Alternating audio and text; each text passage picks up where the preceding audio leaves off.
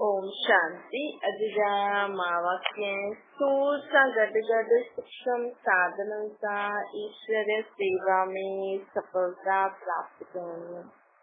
28/4/74 जा मावाक्य बाप रचवंता। अॼु जे हिन संगठन खे कहिड़ो संगठन चईंदासीं?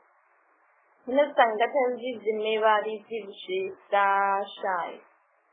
छा पंहिंजे हिन सभिनी ॻाल्हियुनि खे पंहिंजे संगठन में स्पष्ट कयो अथव? कुझु बत्ती वग़ैरह हली हूंदी हुन समय, सभिनि खे जिम्मेवारी ॾिनी त बाबा खे छा जिम्मेवारी मिली आहे या बत्ती अथव? छा पंहिंजी स्थिति खे उच्च ऐं परिपक्व ठाहिण जी जिम्मेवारी मिली आहे?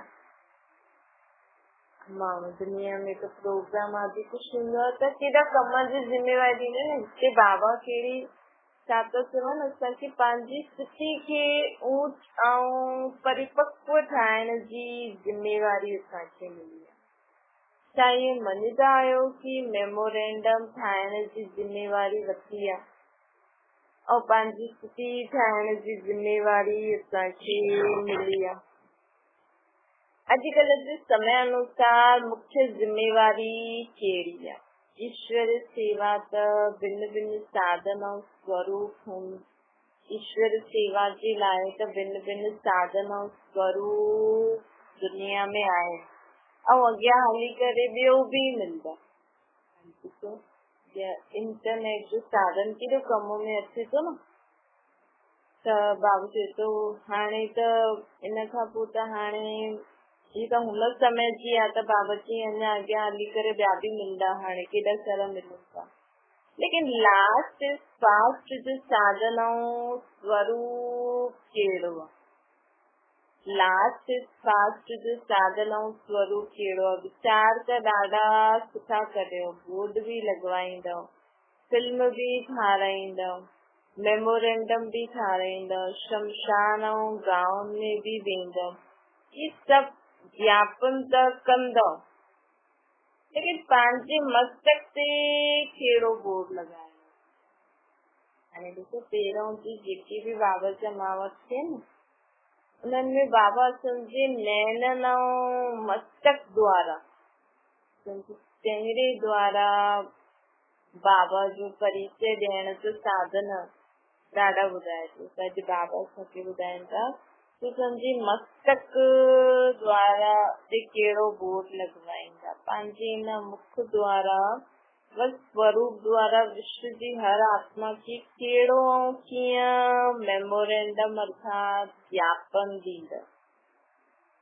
असां कुझु चऊं न, लेकिन असांजे नैन मस्तक मुख स्वरूप द्वारा ही विश्व जी हर आत्मा खे कहिड़ो कीअं मेमोरेंडम ॾींदा।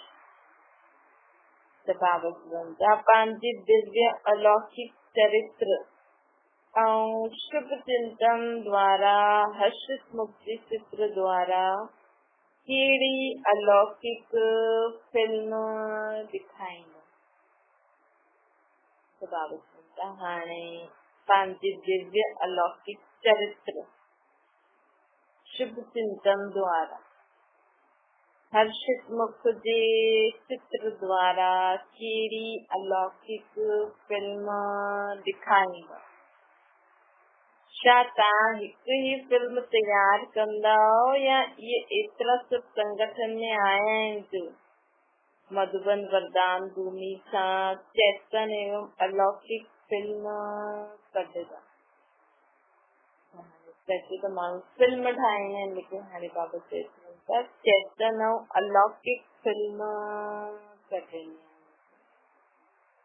चेतन ऐं अलौकिक फिल्म कढणी आहे। अगरि एतिरा सभु फिल्म हर स्थान ते माण्हुनि खे ॾेखारे सघूं त छा इहे लास्ट फास्ट सर्विस न थींदी? लास्ट फास्ट सर्विस कीअं थींदी?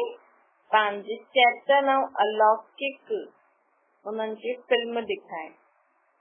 चेतन ऐं अलौकिक फिल्म कीअं नज़र ईंदी? पंहिंजे दिव्य अलौकिक चरित्र शुभ चिंतन और हर्षित मुख द्वारा।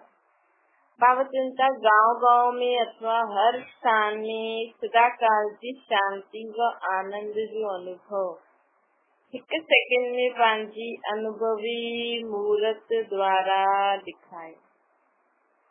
गांव में हर स्थान में सदा काल की शांति और आनंद जो अनुभव एक सेकंड में पंहिंजी अनुभवी मूर्त द्वारा दिखाए। सदा काल की शांति और आनंद जो अनुभव एक सेकंड में पंहिंजी अनुभवी मूर्त द्वारा दिखाए। वह करायो तो शायु कम खर्च बाला नशी न थी न। छा करणो?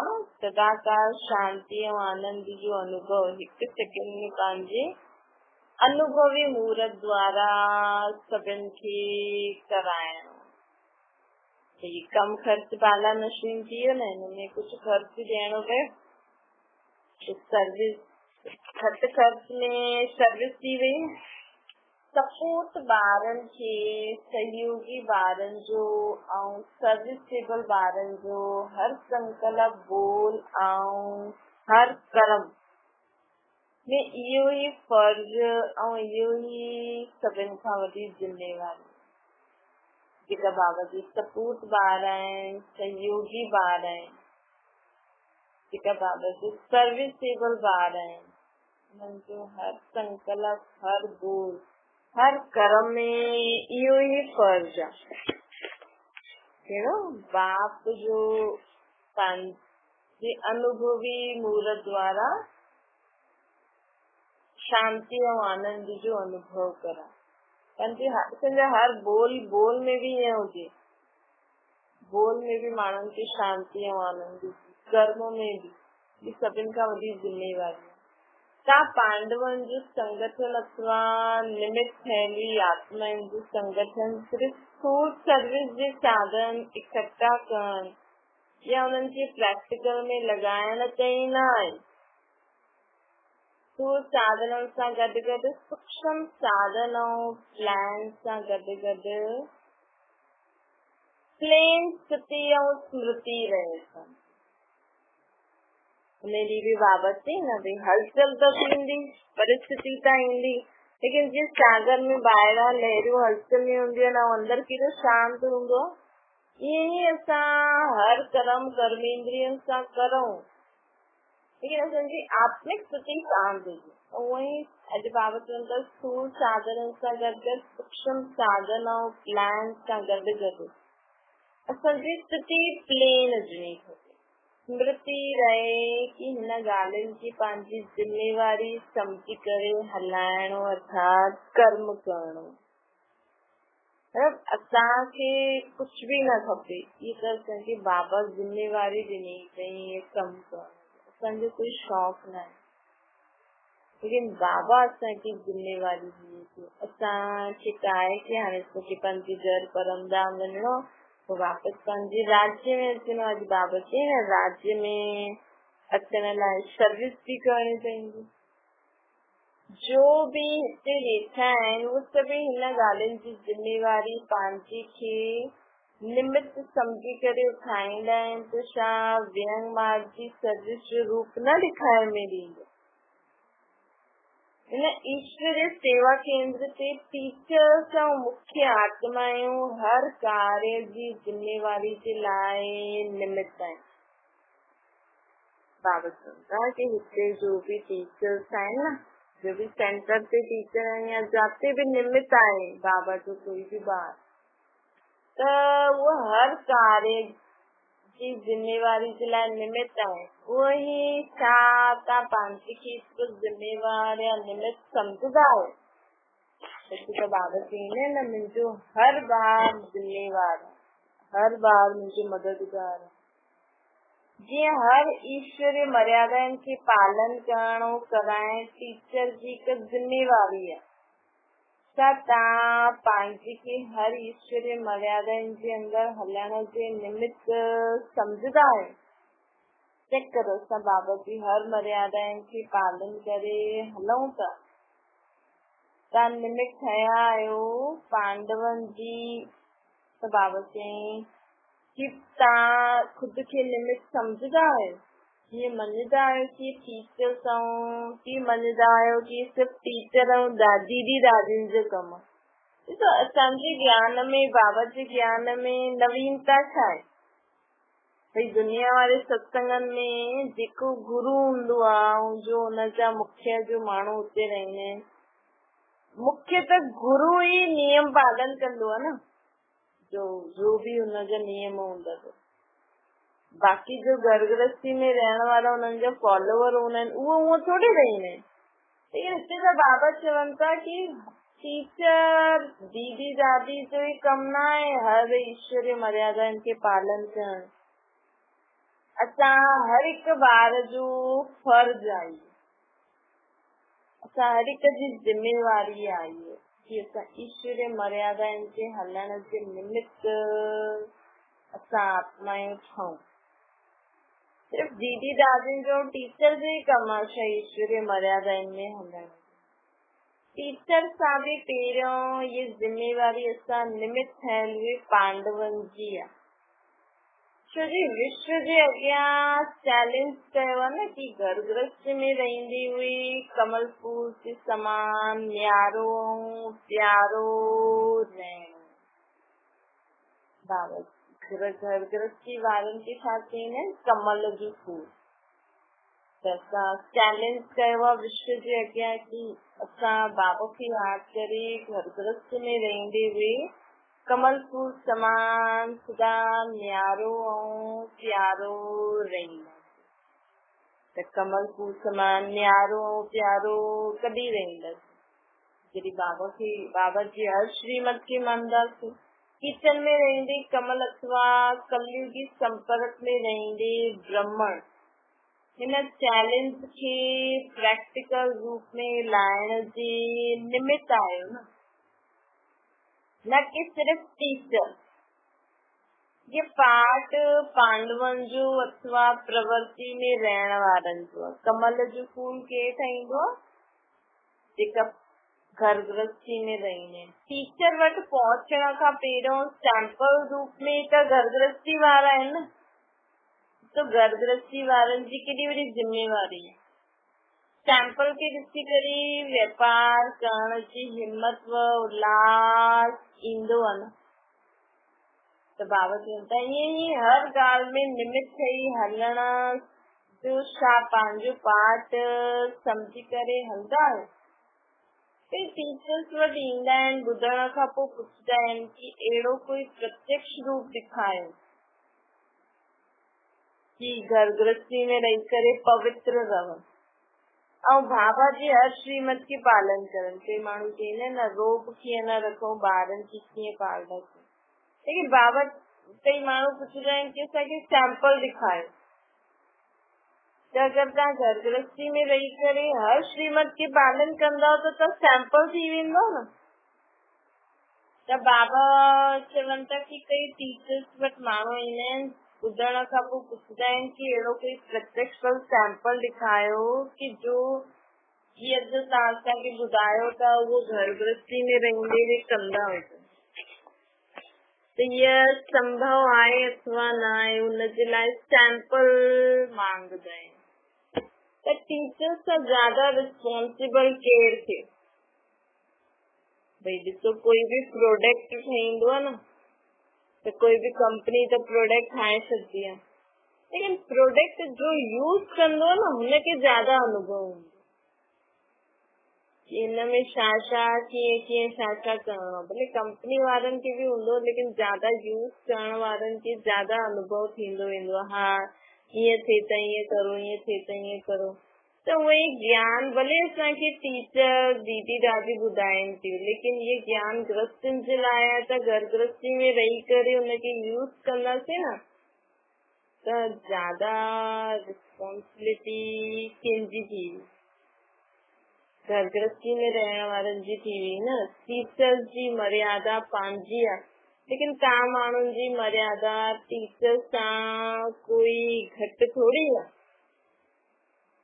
अमृत वेले खां वठी करे जो सर्व ईश्वरीय मर्यादाऊं स्मृति वृत्ति दृष्टि कृति सभिनि जे प्रति ठहियल आहे त छा उहो सभिनि जी बुद्धि में सदा स्पष्ट रहंदी आहे? छा हर संकल्प की मर्यादा प्रमाण प्रैक्टिकल में लाईंदा है? चेक करो असां घर गृहस्थी में रही करे बाबा जी केतिरी मर्यादाउनि खे असां पालन करे हलूं था। छा हर संकल्प की मर्यादा प्रमाण प्रैक्टिकल में लाईंदा है? ये प्रैक्टिकल स्वरूप में लास्ट ऐं फास्ट सर्विस जो साधन है। ये जो प्रैक्टिकल स्वरूप में लाएं ये ही लास्ट ऐं फास्ट जो सर्विस साधन है। बाबा चवनि था पहिरियों चैलेंज जो अॼु ताईं न कोई करे सघंदो आहे ऐं न कंदा आहिनि उहो फर्स्ट चैलेंज कहिड़ो आहे? फर्स्ट चैलेंज आहे प्योरिटी। संपर्क और संबंध में रहंदे संकल्प में भी फर्स्ट चैलेंज जी कमजोरी न हो। गृहस्थी में रहंदे हुए भी सभिनि सां मिलंदे हुए भी सभिनि जे संपर्क में ईंदे हुए भी असांजे संबंध में ईंदे हुए भी असांखे पवित्रता जो चैलेंज पूरो करणो। बाबा चवंदा न व्यर्थ संकल्प भी अपवित्रता।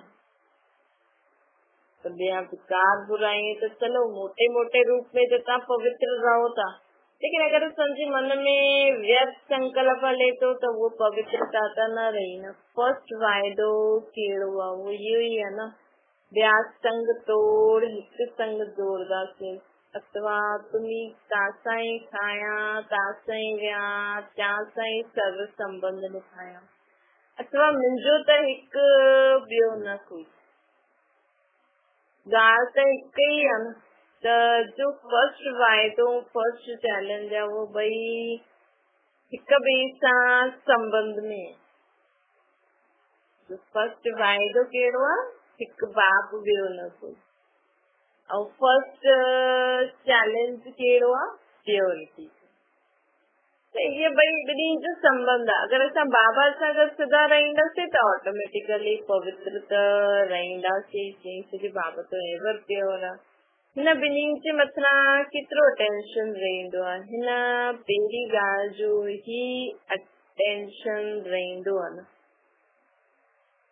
ये पहिरीं ॻाल्हि ई असांखे अटेंशन में रखणी आहे। हिन युद्ध में त महारथी न आयो न। महारथियुनि जो अर्थ आहे टेंशन में रहण न। जेको महारथी हूंदो न हुनखे हिन ॻाल्हि में युद्ध न करणी पवंदी, बल्कि वो सदा अटेंशन रखबो लेकिन टेंशन न वठबो। सभिनि खां पहिरियों प्रभाव हिन विशेष ॻाल्हि ते आशुदी यही असंभव खे संभव करण वारी हिकु ॻाल्हि आहे। छा पहिरियों प्रभाव करण जी पॉइंट मजबूत आहे? क्या पहिरियों प्रभाव करण जी पॉइंट मजबूत आहे या अञा ताईं बि संस्कारनि सां मजबूर आहे? बाबा चवनि था कि इहो पक्को भई बाबा सां सर्व संबंध निभाया ऐं पवित्रता जी जेकी ॻाल्हि आहे इहा मजबूत आहे या अञा ताईं संस्कारनि जे कारण मजबूर आहे जो करे नथो सघे? जो स्वयं जे भी संस्कारनि सां मजबूर आहे वो अन्य खे हुननि जी मजबूरी सां स्वतंत्र करे सघंदो? ये सदा काल जे लाइ न करे सघंदो। अगरि करे भी सघंदो लेकिन सदा काल जे लाइ न करे सघंदो। टेम्पररी प्रभाव भले पवंदो।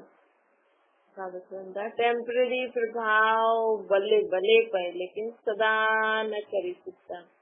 लेकिन हलदे हलदे पोइ उन्हनि आत्माउनि में भी मजबूरी जी लहर उत्पन्न थींदी। इन करे इन संगठन जी जिम्मेवारी सभिनि खां पहिरियों इहो आहे कि सर्व मजबूरियुनि खे हटाइण पहिरियों स्व जी पोइ संसार जी फर्स्ट चैलेंज में इंचार्ज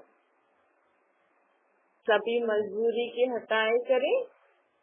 तेरो जो फर्स्ट चैलेंज है ना, तेरी जो फर्स्ट ॻाल्हि आहे, तव्हां सां ई उथां, तव्हां सां ई वियां, तव्हां सां ई सर्व संबंध निभायां।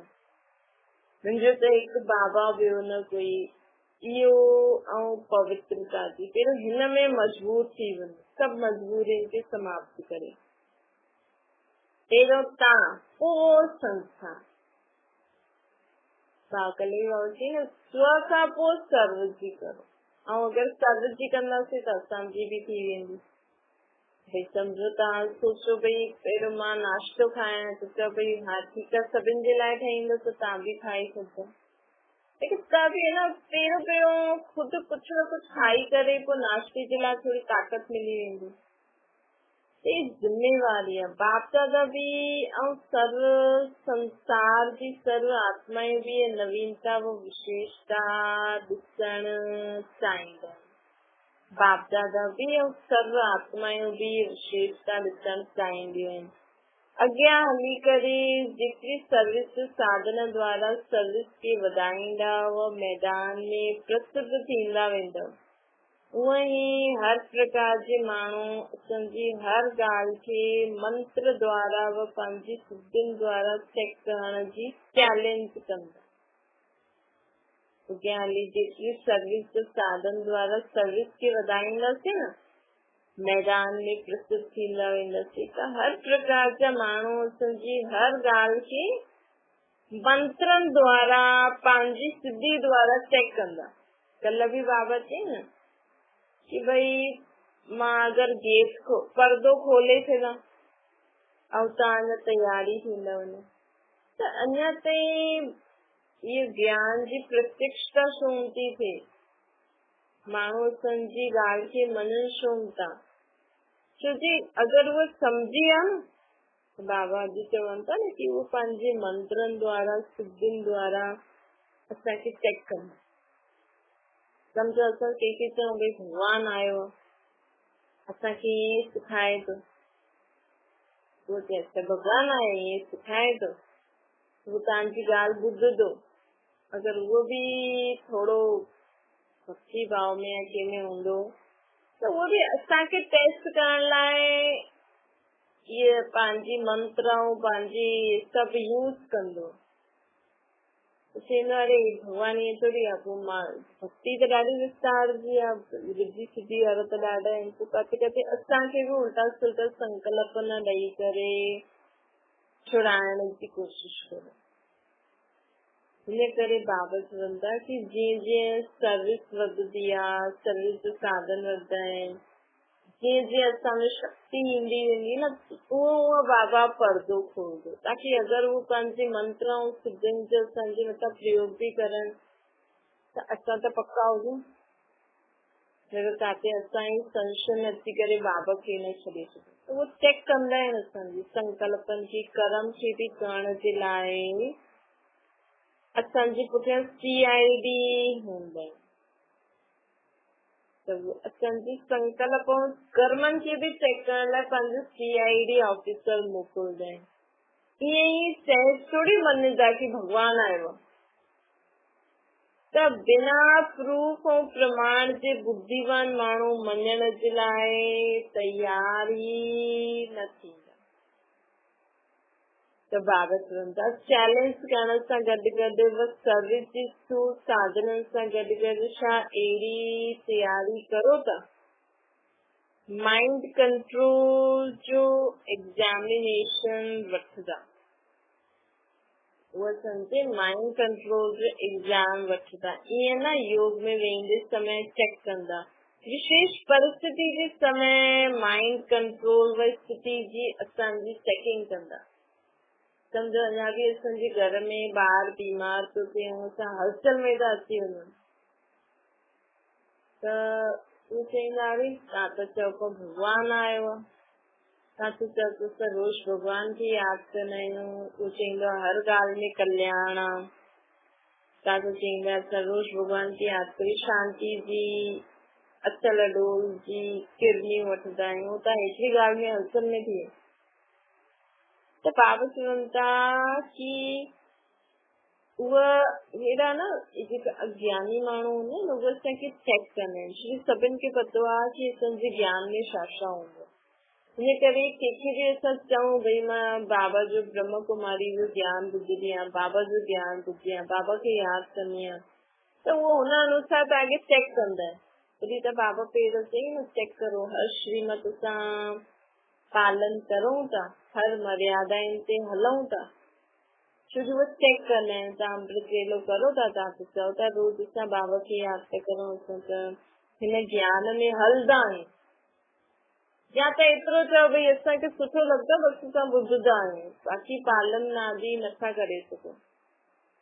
क्लियर करे ॿुधाईंदसि न त ओतिरो को एग्ज़ाम बि न वठंदो, न त अगरि असां ईअं चईंदा आहियूं न त उहो हुन दृष्टि सां ॾिसण लॻी वेंदा आहिनि, पोइ असांमें उहे सभु ॻाल्हियूं ॾिसण लॻी वेंदा, पोइ असां न कंदा हूंदासीं त ॿियो ई उल्टो सुल्टो फैलाईंदा रहूं। त बाबा चवनि था विशेष परिस्थिति जे समय माइंड कंट्रोल व स्थिति जी चेकिंग कंदा आहिनि। माया जी CID ऑफिसर कम न हूंदा आहिनि, त ईअं तयारी करण जी जिम्मेवारी व स्वरूप ठही सैंपल ग्रुप में अॻियां अचण जी जिम्मेवारी हिन ग्रुप जी आहे। त बाबा चवनि था कि हाणे सैंपल ठहो, घर गृहस्थी में रहंदे हुए हर धारणा खे अपनाईंदे हुए, हर मर्यादाउनि खे अपनाईंदे हुए सभिनि खे सुख शांति ॾियो, ख़ुदि भी जीवन में ख़ुश रहो, पवित्र रहो, त असां हिकु सैंपल थी वेंदासीं। पोइ कोई बि असांखे पुछंदो अरे तव्हां छा कंदा आहियो हिन दुख जी दुनिया में, तव्हां हेॾा सुखी कीअं आहियो, त तव्हां हुनखे ॿुधाईंदो त रोज़ ईअं कंदा आहियूं, त तव्हांखे ॾिसी केॾा माण्हू अची वेंदा, उन्हनि सभिनि जो शेयर तव्हांखे मिलंदो। सम्झो उहो आया, पोइ हुन खां पोइ उन्हनि खे ॾिसी ॿिया आया, त घर वेठे त माण्हू ॾाढी सर्विस करे सघंदो। सिर्फ़ ईअं न सोचो कि असां त घर में वेठा आहियूं छा सर्विस करो, लेकिन माण्हू घर वेठे बि ॾाढी सर्विस करे सघंदो। त बाबा चवनि था कि माया जो CID ऑफिसर बि कम न आहिनि, त अहिड़ी तयारी करण जी जिम्मेवारी व स्वरूप ठही सैंपल ग्रुप ते अॻियां अचण जी जिम्मेवारी हिन ग्रुप जी आहे। तॾहिं त पांडवनि जी यादगार ऊंची दिखाई है न, मेरी भी बाबा चई न, पांडव गलियार था पंहिंजे शरीर जी स्मृति सां गलिया भुलजी। हिकु बाबा पांडव ई घर थोड़ी रहंदा आहिनि, मातायूं बि रहंदियूं आहिनि, त आहे पांडवनि जे लाइ, लेकिन बाबा सभिनि खे था उची स्थिति जो प्रमाण यादगार आहे न। ॿियो बार जॾहिं अचो त हिन ॻाल्हि में पास विद ऑनर्स ठही करे अचिजो। कहिड़ी ॻाल्हि में? सैंपल तॾहिं चईंदसि पांडव सेना। अञा ताईं हिकु ई टॉपिक ऐं हिकु ई सब्जेक्ट ॾियूं था, इनखे ई हिकु स्टेज ते लायो त आफ़रीन ॾींदासीं। सहज आहे न, बाबा चवनि था हाणे पीउ जो चयो मञी करे ओड़ो हलण में कहिड़ी मुश्किल न। अगरि असां बाबा खे पंहिंजो पीउ सम्झंदासीं ऐं रोज़ बाबा जी मुरली में ॿुधाइनि था असांखे धारणा, हुनखे अपनाईंदा वेंदासीं, असां चयो मञीदासीं। बाबा मुरली में छा जे ॿारनि खे चईंदा न पियो असांजो चयो न मञे, उहे बाबा बि असांखे मुरली में छा ॿुधाईंदा, हीअं करो हीअं करो हीअं करो, उहो उन्हनि जे टीचिंग थी आहिनि, उन्हनि जो चयो ई आहे। केतिरे समय में त रोज़ राति जो चेक करो। अॼु मूंखे जो सुबुह जो बाबा चई, जीअं डायरी में नोट कंदा आहियो न पॉइंट कि हा बाबा ये ॿुधाईं ईअं करिणो, त रोज़ राति जो चेक करो मां बाबा जो केतिरो चयो मञियो अॼु सुबुह। पोइ हुन अनुसार ई त सम्झी वेंदो मां बाबा जो सुठो सपूत ॿार आहियां या केतिरे परसेंटेज वारो सपूत ॿार आहियां। रोज़ सुबुह जी मुरली में कम से कम जो बाबा असांखे चयो त न उहो लिखो और रोज़ राति जो चेक करो त केतिरे समय सां महिनत करो था।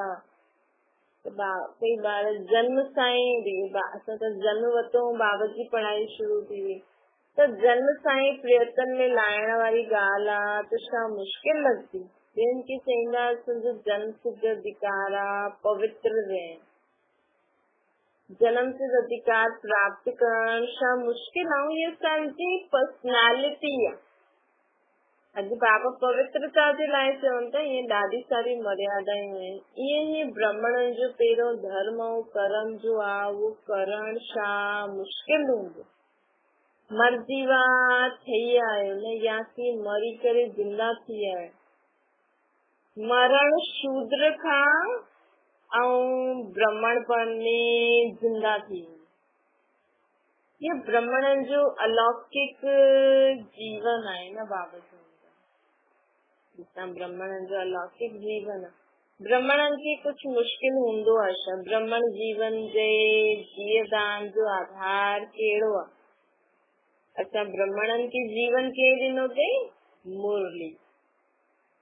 मुरली सां ॾाढो प्यार ॾिनो खपे। मुरली अर्थात अॼु बाबा असांखे छा छा ॿुधाइनि था। काॾे काॾे घुमाइण वठी वेंदा। मुरली ॿुधो न त कॾहिं बाबा तव्हांखे सत्युग में घुमाईंदो, कॾहिं परमधाम में घुमाईंदो, कॾहिं त्रेता युग में, कॾहिं सूक्ष्म वतन में, कॾहिं नर्क में घुमाईंदो आहे, कॾहिं बाबा लक्ष्मी नारायण जी मंदिर वठी वेंदा, कॾहिं काथे कॾहिं काथे। 4 पेज जी सुबुह जी मुरली में आहे न, त ध्यान सां ॿुधो न त बाबा तव्हांखे टिनी लोकनि जी सैर कराए, 4 युगनि जी सैर करे ईंदा बुद्धि द्वारा। सुबुह सुबुह जो घुमी ईंदा आहे माण्हू। सुबुह सुबुह जो सैर करण वेंदा आहिनि। इन जो मतिलबु इहो आहे कि रोज़ बाबा असांखे जो सैर कराईंदा आहिनि न उहो दुनिया वारा पोइ सुबुह सुबुह जो शरीर सां सैर कंदा। पढ़ाई जो आधार ई आहे मुरली। त जीवदान जो आधार सुठी तरह सां स्नेह सां प्रयत्न में लाईंदा आहिनि। नियम प्रमाण न, लेकिन जीवदान जो आधार सम्झी करे स्नेह रूप में स्वीकार कंदा आहियो न। जेतिरो स्नेह जीवदान सां अर्थात मुरली सां हूंदो ओतिरो ई स्नेह जीवन दाता बाबा सां बि हूंदो।